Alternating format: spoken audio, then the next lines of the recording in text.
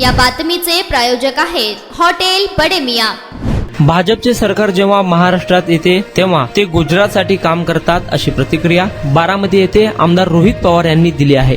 शेवटी इथे येऊन आम्ही सगळेजण प्रेरणा घेत असतो। अख्ख्या महाराष्ट्रातले सामान्य लोक, नेते, व्यावसायिक, शेतकरी, कष्टकरी, माता भगिनी सर्व लोक इथे येऊन पाडव्याच्या निमित्तानं आदरणीय पवार साहेबांना भेटत असतात, आशीर्वाद घेत असतात। त्यांच्यावर एखादा फोटो निघाला, चर्चा झाली आणि पवार साहेब इथे येणाऱ्या बहुतांश लोकांना ओळखतात। ही पवार साहेबांची ताकद आहे। पवार साहेब गेले 60 वर्ष या महाराष्ट्रामध्ये राजकारण आणि समाजकारण तिथे करत आहेत। पवार साहेबांसारखा नेता या महाराष्ट्रामध्ये आता दुसरा कुणीही नाही, ज्याला खूप मोठा अनुभव आहे, लोकांची नाळ जुडलेली आहे। महाराष्ट्राच्या हिताचं काय हे पवार साहेबांना तिथं माहिती आहे आणि या वयामध्ये सुद्धा पुढे मोठी ताकद असताना, दबावतंत्र, पैसा, दडपशाही असताना सुद्धा पवारसाहेब भक्कमपणे सामान्य लोकांबरोबर महाराष्ट्र धर्म टिकवण्यासाठी तिथं लढत आहेत आणि ही गोष्ट लोकांना खूप प्रेरित करते आणि प्रेरणा घेण्यासाठी दिवाळीनिमित्त लोक सणासुदीचं सुद्धा इथं मोठ्या प्रमाणात येतात। म्हणजे ही एक वेगळी ताकद आहे। ताकद ही प्रेमाची ताकद आहे आणि तीच ताकद खऱ्या अर्थाने पैशापेक्षा, दडपशाहीपेक्षा, सत्तेपेक्षा खूप मोठी असते, इथं आल्यानंतर जाणवतं। दादा, खरं तर पवार कुटुंबियातला पाडवा जो आहे तो सर्वश्रुत आहे, राज्यभर त्याचा आदर्श सांगितला जातो। यंदाच्या वर्षी मात्र 2 पाडवे होताना पाहायला मिळत आहे। मनाला वेदना होतात हे सगळं चित्र पाहून। आता प्रथा पवार साहेबांनी खूप पूर्वीपासून तिथं चालू केली होती आणि महाराष्ट्रातील लोक पवार साहेबांना भेटण्यासाठी पाडव्यानिमित्त तिथं फार 50-55 वर्षापासून तिथं येतात। नंतर अजितदादा मग त्याच्यामध्ये सामील झाले। अजितदादा पवारसाहेब तिथं उभा राहायला लागले, नंतर सुप्रियाताई आल्यात, नंतर मी आलो आणि मग अशा पद्धतीने एक परंपरा तिथं चालू राहत आली।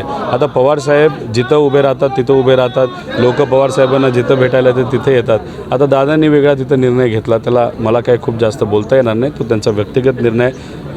पण इथं आपण जर बघितलं तर आजसुद्धा मोठ्या प्रमाणात लोक इथं येताना बघायला मिळतो आहे आणि सगळ्यात खासियत गोष्ट आहे की इथं नेते कमी, कारण का सर्व आता इलेक्शनमध्ये गुंतून आहेत, पण सामान्य लोक जास्त आहेत। पलीकडे नगरसेवक जास्त असू शकतील, मोठे मोठे व्यावसायिक तिथे जास्त असू शकतील, पण महत्त्वाचं काय की लोकशाहीमध्ये सामान्य लोकांना जी ताकद आहे ती पैशाला नाही, हे आपल्याला कुठेतरी जाणवतं। 170 ते 180 उमेदवार महाविकास आघाडीचे निवडून येतील या महाराष्ट्रामध्ये, हे आपल्या सगळ्यांना तिथं बघायला मिळेल। एक सुप्त लाट आहे, शांततेमध्ये लोक तिथं योग्य असा निर्णय घेणार आहे, कारण का ज्या पद्धतीने भ्रष्टाचार या महाराष्ट्रामध्ये महायुतीच्या नेत्यांनी केला हे लोकांना माहीत आहे। शेतकरी आज अडचणीत आहे। कालच तुम्ही जर बघितलं सोयाबीनचे रेट हे 2200 रुपयाला तिथं आलेले आहेत। त्याच्याचबरोबर दिवाळीसाठी फराळ बनवण्यासाठी खरेदी करायला जे लोक गेले होते आणि खास करून आमच्या लाडक्या माता भगिनी जेव्हा तिथं गेल्या होत्या, तेलाचे भाव, बाकी सामग्रीचे भाव बघितल्यानंतर जेवढा पैसा सरकार देतं आहे त्याच्या कितीतरी पटीने जास्त हा सामग्री घ्यायसाठी नाही तर घरामध्ये दिवाळीच्या काही गोष्टी घेण्यासाठी तिथं खर्च होतो आहे। ज्या पद्धतीने घर पूर्वी रंगवलं जायचं, तिथं काय रंगरंगोटी केली जायची, स्वच्छता केली जायची, आज तसं कुठेही काही दिसत नाही। म्हणजे लोकांच्या हातामध्ये पैसा नाही आणि त्याचं मुख्य कारण जर आपण बघितलं तर महायुतीचं सरकार आहे। आणि सगळ्यात महत्त्वाचं काय, केंद्र सरकारच्या सर्वे केलेल्या एका एजन्सीने कालच रिपोर्ट दिलेला आहे की गेल्या 10 वर्षामध्ये महाराष्ट्राची मोठ्या प्रमाणात पिछेहाट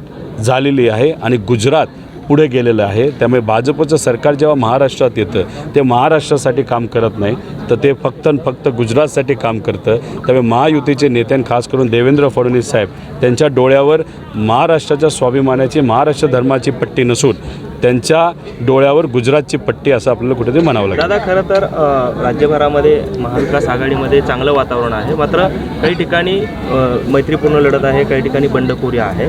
याचा परिणाम महाविकास आघाडीच्या एकंदरीत सगळ्या जागांवरती होऊ शकतो का? तर नाराजी मोठ्या प्रमाणात पाहायला मिळते। ते प्रमाण जेवढं महाविकास आघाडीमध्ये आहे त्याच्या कितीतरी पट जास्त प्रमाण ते महायुतीमध्ये आहे। म्हणजे महाविकास आघाडीमध्ये काही ठिकाणी नक्कीच तुम्ही म्हणता तशी परिस्थिती आहे, पण सगळीकडेच ती परिस्थिती अशी नाही। पण पुढच्या 2-3 दिवसामध्ये बऱ्यापैकी सीटवर माघार घेतली जाईल, हे आपल्या सगळ्यांना तिथं बघितलं जाईल आणि महायुतीमध्ये त्या प्रकारची माघार घेतली जाईल का हा एक मोठा प्रश्न आहे। त्यामुळे त्यांच्यामध्येच कुठेतरी रस्सीखेच महायुतीमध्ये मोठ्या प्रमाणात झालेली आहे, कारण का अजितदादांच्या पक्षाला असं वाटतं की त्यांच्या जागा जर कमी आल्या आणि समजा चुकून भाजप आणि एकनाथ शिंदे साहेबांच्या जागा जास्त आल्या तर मग उद्या जाऊन उपमुख्यमंत्रीपद दादांना तिथं मिळणार नाही.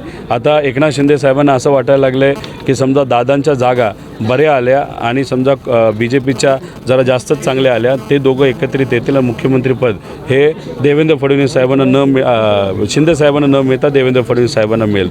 त्यामुळे हे तिन्ही समीकरण इतकं गोंधळ करत आहे आणि तिघांकडे काय आहे तर पैसा आहे. त्यामुळे एकामेकांच्या विरोधात पैसा वापरतात. आमच्याकडे पैसा नाही, आमच्याकडे लोक आहेत.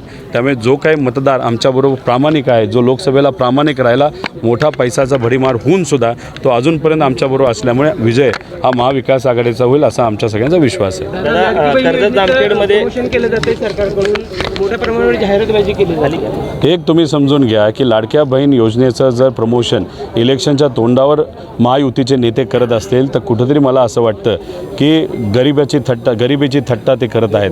शेतीच्या बाबतीत महायुती कमी पडलं, नोकऱ्यांच्या बाबतीत महायुती कमी पडलं, न्याय देण्याच्या बाबतीत महायुती कमी पडलं, खर्च वाढवण्याच्या बाबतीत महायुतीने खूप मोठं पराक्रम तिथं या महाराष्ट्रामध्ये देशामध्ये केलेला आहे. त्यामुळे लोकांच्या हातामध्ये पैसा नाही आणि तो पैसा नसल्यामुळे सरकारने ही लाडकी बहीण योजना तिथं आणली. 1500 रुपये महिन्याला ते देतात आणि त्याच्यावरसुद्धा जर हे राजकारण करत असतील म्हणजे गरिबावर हे राजकारण करून सत्तेत लाडक्या खुर्चीसाठी येण्याचा प्रयत्न तिथं करत आहेत. किती काय केलं तरी 6 तारखेला महाविकास आघाडीसुद्धा आमच्या माता भगिनींसाठी एक सुंदर अशी योजना घेऊन येत आहे आणि ती महाविकास आघाडी 100% लागू करेल.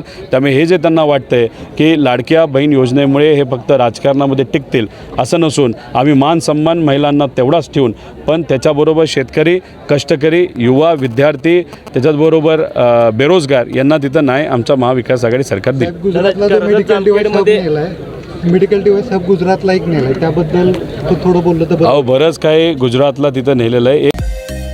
मटन, चिकन आणि बीफसाठी प्रसिद्ध असलेलं सोलापूर शहरातील विजापूर वेस्ट येथील प्रसिद्ध hotel Bademiya. Paya tahari mutton biryani, chicken biryani, mutton seekh, chicken 65 आदी मिळण्याचं एकमेव ठिकाण हॉटेल बडेमिया. मटनमध्ये beef mutton rice, beef cheese angoori, Bademiya special mutton, mutton अंगारा, मटन कढी, खिमा मसाला. चिकनमध्ये chicken rice, chicken Malvani, special Bademiya chicken, chicken cheese angoori, chicken tikka, chicken Hyderabadi, butter chicken, kadai chicken masala असे भरपूर आयटम्स उपलब्ध. मटन बिर्याणी, चिकन बिर्याणी, बीफचे स्पेशल डिश सुद्धा जेवणासाठी उपलब्ध. खास हॉटेलमध्ये जेवणाची सोय आणि पार्सलची सोयही उपलब्ध. स्वस्त आणि मस्त जेवण मिळण्याचं विजापूर वेस्ट येथील एकमेव ठिकाण हॉटेल बडेमिया. आमचा पत्ता हॉटेल बडेमिया, विजापूर वेस्ट, सोलापूर.